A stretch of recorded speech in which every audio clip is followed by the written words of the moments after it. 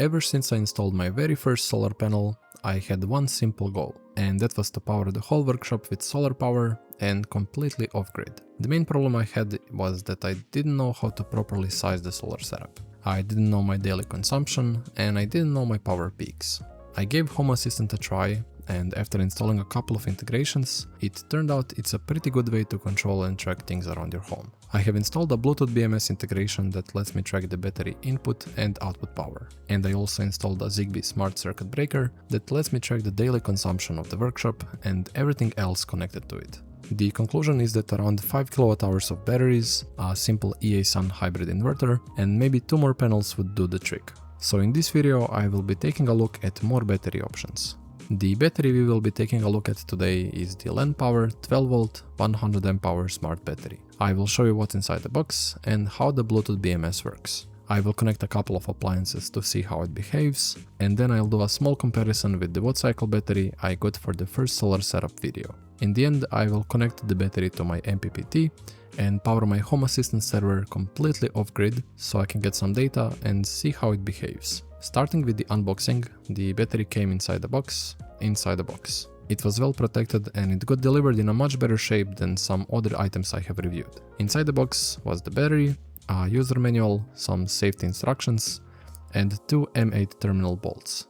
The battery terminals came with plastic covers as usual, which prevent accidental connections in transport. LANPWR has a wide range of different lithium batteries, and this is one of their mini battery types, meaning you get the same capacity but in a smaller form factor, which is a good advantage if you're limited by space. The battery has a carrying strap on the top and is completely sealed and certified with IP65 protection. The battery also comes from their Smart Series lineup, meaning it has a smart BMS with Bluetooth, which is a must-have feature for someone like me. This allows me to change all of the BMS settings, and since it is a standard JBD BMS inside, it's really easy to connect to all sorts of devices, ranging from your phone or a Home Assistant server running in your shed. The rated energy is a standard 1280 Wh, with a 12V voltage rating and 100 Ah of capacity. The battery is rated at 100 amps of current in and out, and they claim the battery lifespan can surpass 6000 cycles, which means the battery will still have 80% capacity left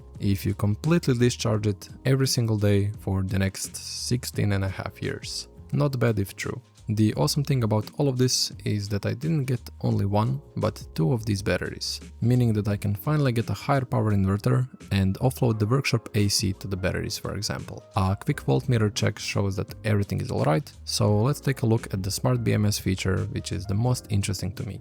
The main reason I like this battery is because it integrates a JBD BMS, the kind of BMS I started using in all of my EV projects. You don't have to create an account and you don't have to register the battery. You have the full power of changing everything the way you want, and the manufacturer is not locking you into their ecosystem. The official Zhao Zheng app doesn't work well on iOS, but works okay on Android if you download the correct version. The ultimate free app which works on all devices is the Overkill Solar app, which is my main way of connecting to these batteries, but more on that later. Once you connect for the first time, the app asks you to enter the battery capacity for the SoC calibration during use. When connected, you can see the remaining charge percentage, the voltage, temperature, individual cell voltages, and basically every other parameter you can think of. Going into the battery parameter section feels like connecting to your car via OBD. Literally every setting of this BMS can be changed to your liking, but is also set correctly from the factory, so you don't have to touch anything if you don't want to tinker with it. JBD BMS is supported by the BLE Battery Management System integration, so you can easily connect this battery to your Home Assistant server. It exposes 18 entities and has everything that I need. To test the battery for the first time, I took my mini 12V inverter from the workshop. I'll start by connecting the negative side and then the positive. After tightening both connections, I powered up the inverter and everything was fine. I will connect an extension cord to the inverter, and first thing, let's charge my laptop. After the laptop, I connected my ZimaBlade Mini PC, and while at it, why not charge my drill battery as well. Overkill Solar app this time, and after connecting, you can see the battery output power is around 110 watts. Since the battery is rated at 100 amp output current, the maximum output you can get is around 1200 watts. Here you can see how the Zhao Zheng app can sometimes be buggy, but the Overkill Solar app works 100% of the time. There is also another project I've been working on the side, and it's a custom solar charger for the bike. While building it, I have used this battery to test how it works, and that time I pulled close to 400 watts without any issues. Since the tests are finished, I wanted to compare this battery with another lithium iron phosphate battery in the same class. They are both 100 Ah batteries with Bluetooth BMS features, and the only thing that sets them apart is the size. The watt cycle battery comes with a size of 22 by 13 by 21 centimeters, and the LANPWR battery size is roughly 26 by 17 by 21 centimeters. So a little bit bigger, but for my purposes I don't really care about the 5 centimeter difference. Next thing is the app. The watt cycle battery comes with a TDT BMS. It's a more locked system with a user account and battery registration. If you don't use the app for a couple of days, you need to log in again, which is really annoying. The app lets you see the same parameters as the other BMS, but the setting list is a lot smaller. Both TDT and JBD BMSs are supported by the integration, so both batteries work in my setup.